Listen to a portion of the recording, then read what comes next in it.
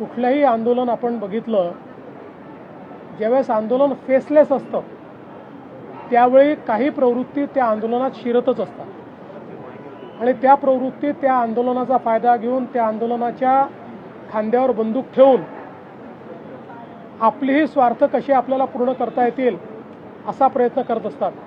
आता दिल्लीमध्ये जे आंदोलन झालं, अनेक राजकीय पक्ष त्यामध्ये आपली पोळी कशी भाजता येईल हा प्रयत्न करतायत।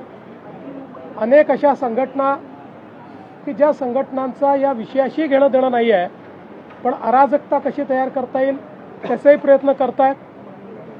ज्यावेळी फेसलेस आंदोलन असतं त्यावेळी आपण दिल्लीमध्ये देखील बघितलं की कशा प्रकारे नेतृत्वहीन अशा प्रकारचं एक त्या ठिकाणी व्यवस्था आपल्याला पाहायला मिळाली। पोलिसांच्या गाड्या फोडणं असेल, गाड्या उलटवणं असेल, पोलिसांवर दगडफेक असेल, अशा अनेक गोष्टी घडल्या। त्या एक गोष्ट मी आपल्याला सांगतो की कुठल्याही सरकारला आपल्या नागरिकांवर लाठीचार्ज करणं हे कधीच आवडत नाही।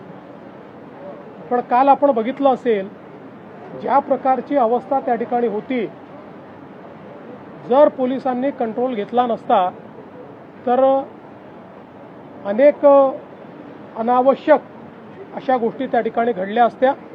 पोलिसांनी मोठा संयम देखील दाखवलेला आहे आणि अर्थातच अशा प्रकारचं आंदोलन हे त्या ठिकाणी योग्य पद्धतीने व्हावं यापुरतं जेवढं त्याच्यावर कारवाई केली पाहिजे तेवढी कारवाई ही पोलिसांनी केली आहे।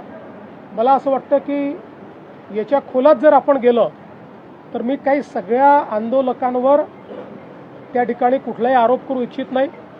काही लोक चांगल्या भावनेने देखील करत असतील, पण हे निश्चित आहे की त्याच्यात असे लोकही घुसलेले आहेत की ज्यांना आपला स्वार्थ साधायचा आहे, ज्यांना या नीटशी काही घेणं देणं नाही आहे, ज्यांना केवळ अराजकता तयार करायची।